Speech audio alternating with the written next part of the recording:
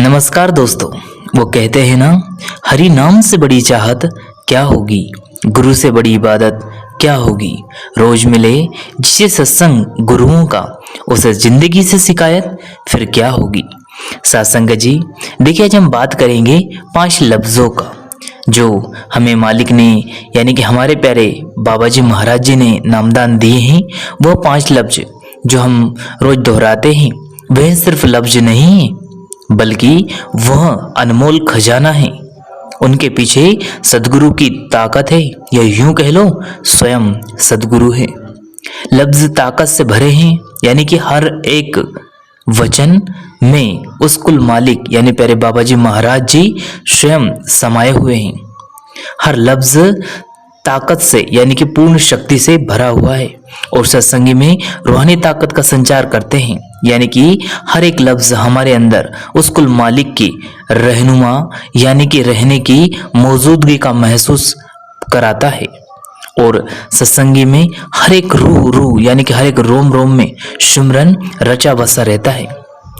हम जब सिमरन करते हैं तो ये कहीं आसमान में या कहीं और चले नहीं जाते, बल्कि हर लफ्ज सुना जाता है। यानी कि जितनी बार हम सिमरन को दोहराते हैं, उसकी एक एक हाजिरी उस मालिक के घर लगती है और वे हमारे खाते में लिखे जाते हैं। जी, कहने का तात्पर्य क्या है कि हर एक क्षण जो हमने नाम के सिमरन में लगाया है, या फिर जो हमने एक एक लफ्ज जो कुल मालिक ने हमें नामदान के रूप में दिया है, उसे जितनी बार हमने सिमरन किया है उतनी बार हमारे लेखे में लिखा जाएगा। और उसके अलावा जो हमने जिंदगी में जो भी हम कार्य करते हैं वो भी लिखा जाएगा।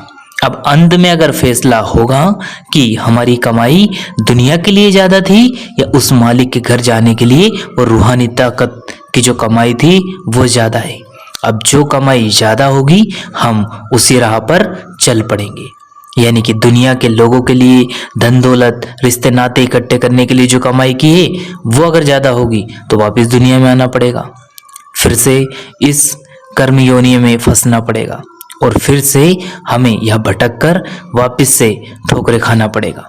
और यदि हमारी उस मालिक के द्वारा जो 5 लफ्जों की ताकत हमारे अंदर उन्होंने प्रवेश कराई है, या यूं कह लो नामदान की बख्शिश की है, यदि उन 5 लफ्जों की हमने कमाई ज्यादा की है और हमारे खाते में यदि उनकी कमाई का हिसाब ज्यादा रहा, यानी कि हमने भजन सुमरन पूर्ण वक्त को देकर यानी कि जितना हमें बताया गया था उस समय को दिया है, तो हमारी वहाँ कमाई ज़्यादा होगी तो हम स्वयं मालिक के घर जा पहुँचेंगे। क्योंकि हमारी कमाई अगर वह ज़्यादा रही तो हमें स्वयं मालिक लेने आएगा और लेकर हमें उसके घर स्वयं ले जाएगा और हमेशा हमेशा के लिए अपने अंदर समाहित कर लेगा। फिर कौन आए कौन जाए, कौन यहाँ जन्म ले। इसलिए हमें चाहिए कि हमें उस 5 लफ्जों जो कि हमें उस मालिक ने दिए हैं, प्यारे बाबा जी महाराज जी के वचनों को ध्यान में रखते हुए जो हमें यम नियम बताए गए हैं, उनके अनुसार उन 5 लफ्जों को सिमरन करते रहना है और हमें भजन पर बैठ जाना है। धीरे धीरे हमारी रूहानी तरक्की में दिन दोगुनी रात चौगुनी तरक्की अपने आप से होने लगेगी। बाबा जी महाराज जी हमेशा समझाते हैं, सिर्फ हमें 1 कदम चलना है, वहां मालिक हमारे लिए 10 कदम स्वयं चलकर आएगा। कोशिश तो करें। ध्यान रखिए, यदि हमने भजन सुमरन के लिए तनिक भर मन में ख्याल भी किया है, वहां सेवा भी हमारे खाते में यानी कि हमारे लेखे में लिखी जाएगी कि हमने कुल मालिक के बारे में 1 लफ्ज भी सोचा है या बोला है। आज आप इस वचन को यानी कि इस वीडियो को देख रहे हैं, सुन रहे हैं, हम आपके लिए बोल रहे हैं, ये सब हमारे लेखे में लिखा जाएगा। तो क्यों ना हम आप सभी मिलकर अच्छे वचनों को शेयर करें, अच्छी बातें बोले, एक दूसरे को ऐसा माहौल बनाएं कि हमारे हर एक वचन हर एक विचार यानी कि हर एक रोम रोम में उस मालिक के सिमरन का, उस दाता दयाल की दात का शुक्रिया अदा रोम रोम से निकले। हम अगर कुछ उसके लिए नहीं कर सकते, हम तो क्या है, कुछ कर ही नहीं सकते उसके लिए, लेकिन इतना तो कर सकते हैं कि उस मालिक के वचनों को सभी के साथ शेयर कर सकते हैं, सभी के साथ बैठकर हम चर्चा में ला सकते हैं, या स्वयं भी हम उसके बारे में विचिंतन कर सकते हैं। तो ये सभी चीज हमारे लेखे में लिखी जाएगी। सत्संग जी, उनके वचनों को ध्यान रखते हुए जब जहाँ चाहे हम सुमिरन को अपने अंतर्मन में कर सकते हैं। उसके लिए कोई समय निर्धारित नहीं है। हमें सुमिरन प्रेम प्यार से करना है, सुमिरन को हमेशा याद रखना है, कभी भूलना नहीं है। सुमिरन ही है जो हमारे मन को एकाग्र करके हमें उस कुल मालिक के घर के यानी कि 10वें द्वार के कपाट को खोलकर हमें रूहानी तरक्की में मदद करेगा। और सुमिरन पूर्ण होने पर यानी जिस दिन सुमिरन पक गया, समझ लो हमारा भजन तैयार मिलेगा। और भजन में हमें वहां रूहानी तरक्की मिलेगी कि आप अंदाजा भी नहीं लगा सकते जी। इसलिए हमें चाहिए कि हमें हमारा जो सुमिरन है उसे पकाना है और भजन में तरक्की करना है। जब सुमिरन पक जाएगा तो हमारे मन से, हमारे दिमाग से सारे ख्याल शून्य हो जाएंगे, और जब ख्याल शून्य हो जाएंगे तो हमें भजन करने में बड़ी आसानी होगी। उस मालिक के जो घर से आवाज आ रही, जो कि सारी सृष्टि की करता धरता है, वह हमारे अंदर मौजूद है, लेकिन हमारा मन ख्यालातों और जज्बातों का आशिक बना बैठा है। हमेशा एक ख्याल आता है, दूसरा आ जाता है, दूसरा जाता है, तीसरा आ जाता है। कभी हम भूले से भी किसी ख्याल को नहीं भुलाते, और हमारा मन कभी भूल से भी भजन की ओर जा ही नहीं पाता।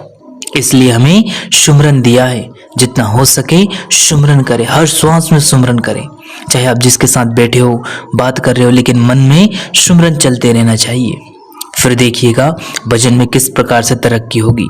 जब आप 5 मिनट के लिए भजन पे बैठेंगे तो उस मालिक के घर से आ रही उस मधुर दिव्य ध्वनि को आप महसूस करना प्रारंभ कर देंगे जी। और एक समय ऐसा आएगा कि आपको कुछ मेहनत करने की जरूरत ही नहीं रहेगी।